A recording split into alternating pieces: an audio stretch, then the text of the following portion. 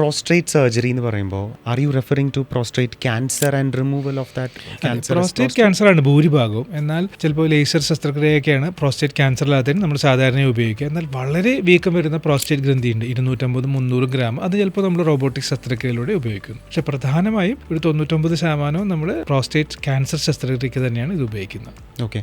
അപ്പോൾ prostate cancer എനിക്ക് തോന്നുന്നു one among the most common cancer in men ആണ് പ്രോസ്ട്രേറ്റ് ക്യാൻസർ. അപ്പോൾ ഒരു പ്രോസ്ട്രേറ്റ് ക്യാൻസറിനുള്ള സാധ്യതകൾ ഒരാൾക്ക് അറിയാൻ വേണ്ടിയിട്ട് പി എസ് എ മാത്രമാണോ, അതോ അത് എന്തെല്ലാമാണ് ഒരാൾ അറിയേണ്ടത്, അത് എങ്ങനെയാണ്? അത് നമ്മൾ സാധാരണയായി ഒരു 50 വയസ്സിന് മുകളിലുള്ള പുരുഷന്മാരോട് PSA ടെസ്റ്റ് ചെയ്യാൻ പറയും. എന്താ കാരണം എന്ന് വെച്ചാൽ പ്രോസ്റ്റേറ്റ് ക്യാൻസറിന് പലപ്പോഴും രോഗലക്ഷണങ്ങൾ, സിംറ്റംസ് ഒന്നും തന്നെ ഉണ്ടായിരിക്കുകയില്ല. കാരണം ഇതിൻ്റെ പ്രോസ്റ്റേറ്റിൻ്റെ പുറത്താണ് പ്രോസ്റ്റേറ്റ് ക്യാൻസർ വരുന്നത്. അതുകൊണ്ട് മൂത്രം ഒഴിക്കാനുള്ള ബുദ്ധിമുട്ടുകളൊന്നും പ്രോസ്റ്റേറ്റ് ക്യാൻസറിന് ചിലപ്പോൾ ഉണ്ടായെന്ന് വരില്ല. വളരെ ലേറ്റ് സ്റ്റേജിലാണ് ഇതിൻ്റെ എല്ലാം ബുദ്ധിമുട്ടുകൾ ഉണ്ടാകുന്നത്.